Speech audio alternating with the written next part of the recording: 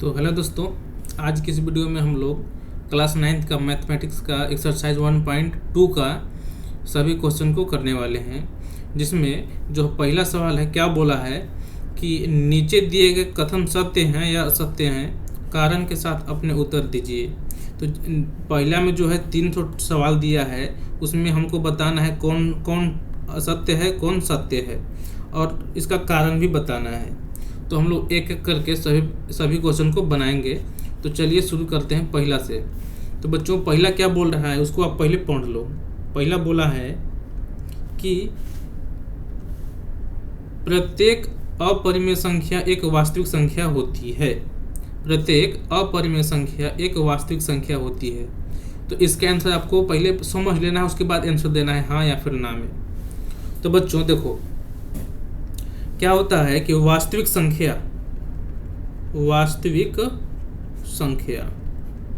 क्या होता है वास्तविक संख्या? तो वास्तविक संख्या दो भागों में बटा होता है, परिमेय में और अपरिमेय में। तो पूछ रहा है यहाँ पे कि बताओ अपरिमेय संख्या। तो जो अपरिमेय संख्या है वास्तविक संख्या के ही अंदर में आएगा, वास्तविक संख्या में ही अंदर में आएगा ना। तो यही पूछा है कि बताओ जो अपरिमेय है वो क्या वास्तविक संख्या है। तो आपको लिखना है कि जी हाँ है। तो चलो इसको लिखते हैं, आंसर किस तरह से किस ढंग से लिखना है। तो आंसर आपको लिखना है, पहला के आंसर लिखना है कि सत्य। क्या लिखना है? सत्य लिखना है, सत्य।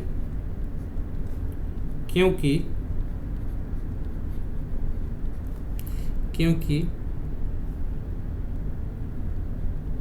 अपरिमेय तथा परिमेय संख्या मिलकर वास्तविक संख्या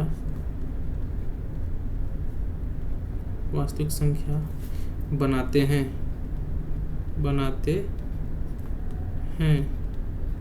बस हो गया आंसर। अब चलो दूसरा पे चलते हैं। दूसरा क्या बोला है? दूसरा बोला है कि संख्या रेखा का प्रत्येक बिंदु √m के रूप में होता है, जहां m एक प्राकृत संख्या है। तो बच्चों जो है ना इसको भी मैं पहले समझा देता हूँ, उसके बाद इसको आंसर किस ढंग से लिखना है वो भी देख लो। क्योंकि आपको तो नोट वहाँ आंसर में उत्तरमाला में तो आंसर लिखा है, लेकिन आपको कैसे समझ में आएगा, कैसे लिख दिया है आंसर, इस चीज़ के लिए मैं यहाँ बैठा हूँ। तो देखो क्या लिखा है कि संख्या रेखा का प्रत्येक बिंदु।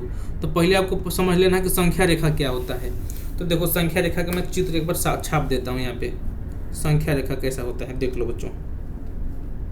चलो मैं यहाँ से एक लाइन ड्रॉ कर दिया हूँ यहाँ पे। चलो यहाँ से कर देता हूँ। चलो आप पहले समझो।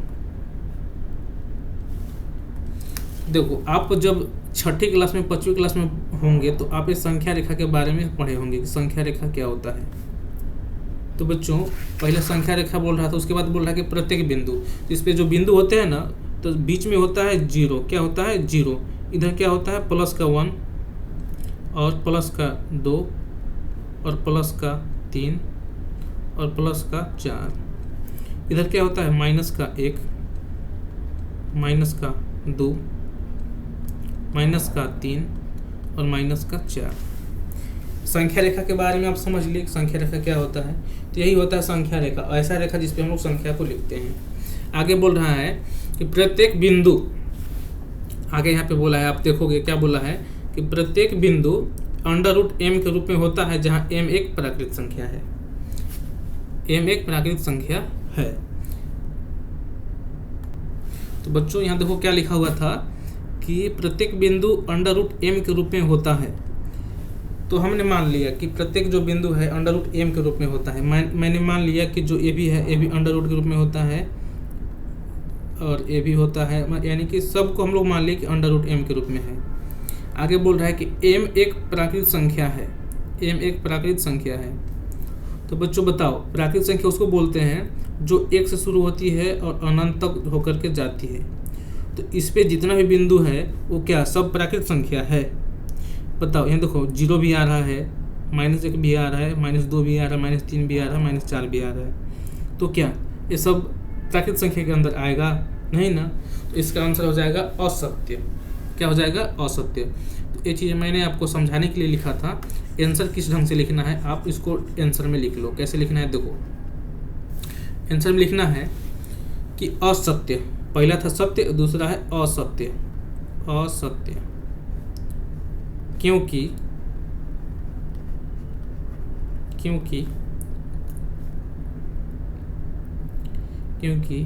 -2, -1, -3, 0 इत्यादि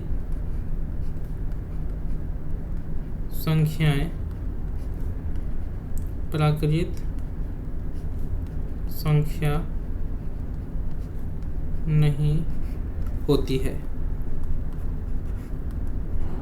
क्योंकि आंसर तो आपकी किताब में भी है, लेकिन समझ में तो आना चाहिए ना आपको। तो मैंने यहाँ तक बता दिया है। उसके बाद तीसरा क्या है, तीसरा को भी देख लेते हैं। तो बच्चों तीसरा है कि प्रत्येक वास्तविक संख्या एक अपरिमेय संख्या होती है। चलो इसको भी देख लेते हैं। तीसरा क्या बोल रहा था? तीसरा बोल रहा था कि प्रत्येक अपरिमेय संख्या, क्या बोला है कि प्रत्येक वास्तविक संख्या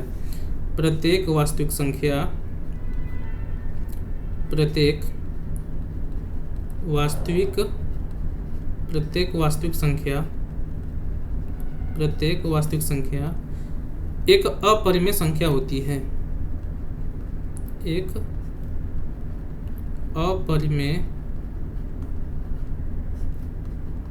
संख्या होती है। बताना है कि सत्य है कि असत्य है। तो पहले समझ लेते हैं, उसके बाद बता देंगे। तो देखो क्या बोला है कि प्रत्येक वास्तविक संख्या क्या होता है भाई? तो वास्तविक संख्या होता है 0 होता है, 1 होता है, 2 होता है, 3 होता है, 4 होता है ना? ठीक। -1 आता है, -2 आता है, -3 आता है। ओके।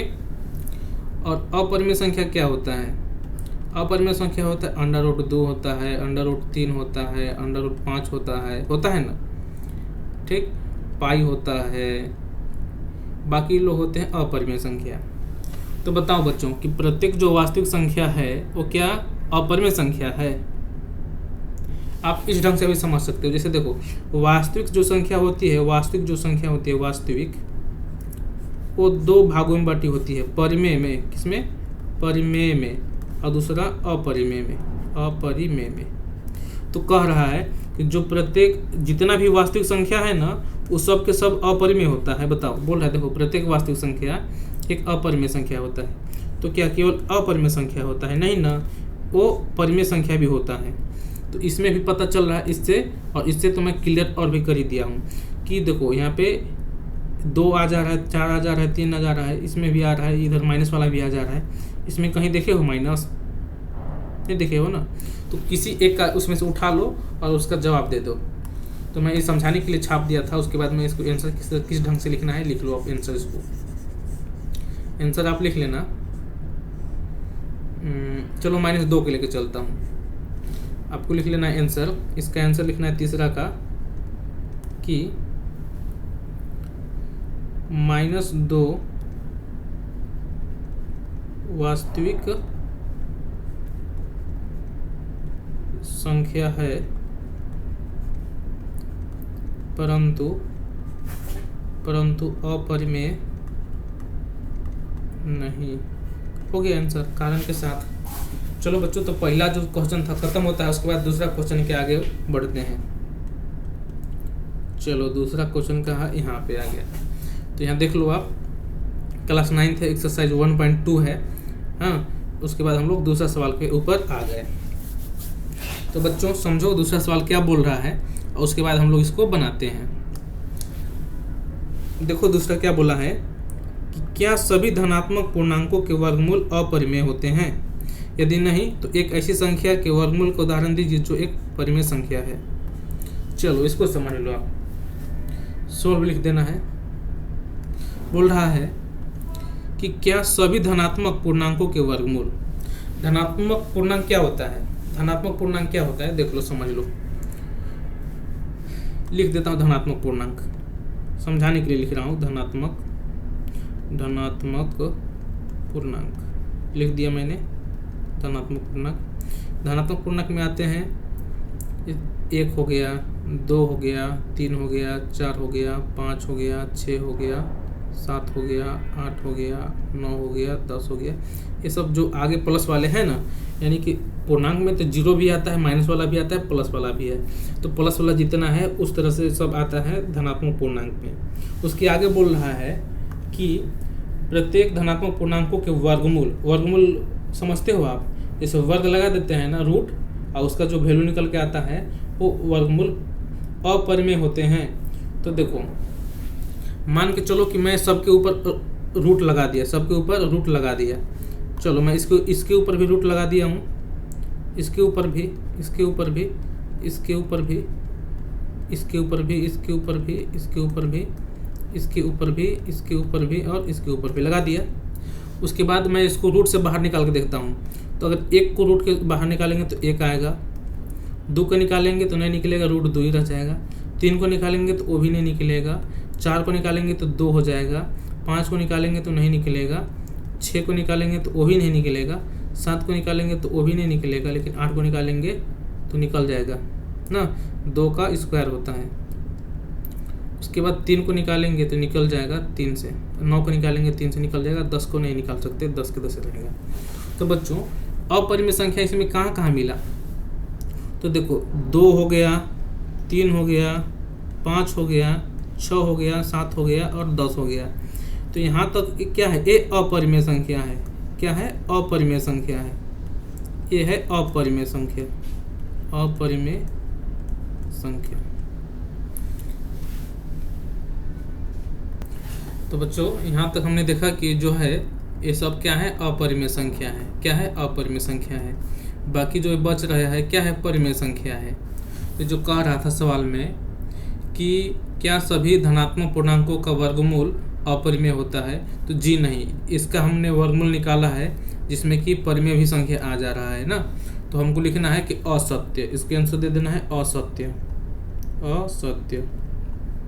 आगे लिखना है, क्योंकि आगे लिख रहा है कि इसमें क्या है सवाल में, यदि नहीं तो एक ऐसी संख्या के वर्गमूल का उदाहरण दीजिए जो एक परिमेय संख्या है। तो हमने दिखाया ना, इसमें देखो हम लोग किसका उदाहरण दे सकते हैं, जैसे मतलब 4 को दे दिए, जैसे कि 4 उदाहरण पूछ रहा है तो लिख दो उदाहरण, उदाहरण 4 √4, यानी 4 का वर्गमूल कितना होता है, 2, जो कि कौन सी है, परिमेय संख्या है, परिमेय संख्या है। ठीक, दूसरा सवाल खत्म हो गया। उसके बाद हम लोग तीसरा सवाल के आगे और बढ़ते हैं। इसको मिटा लेना है, ये चीज़ आपको मैं समझाने के लिए लिखा था, ठीक ना। आंसर में आपको उतना ही लिखना है। आपको अगर समझ में आ रहा हो वीडियो तो आप लाइक सब्सक्राइब कर सकते हो।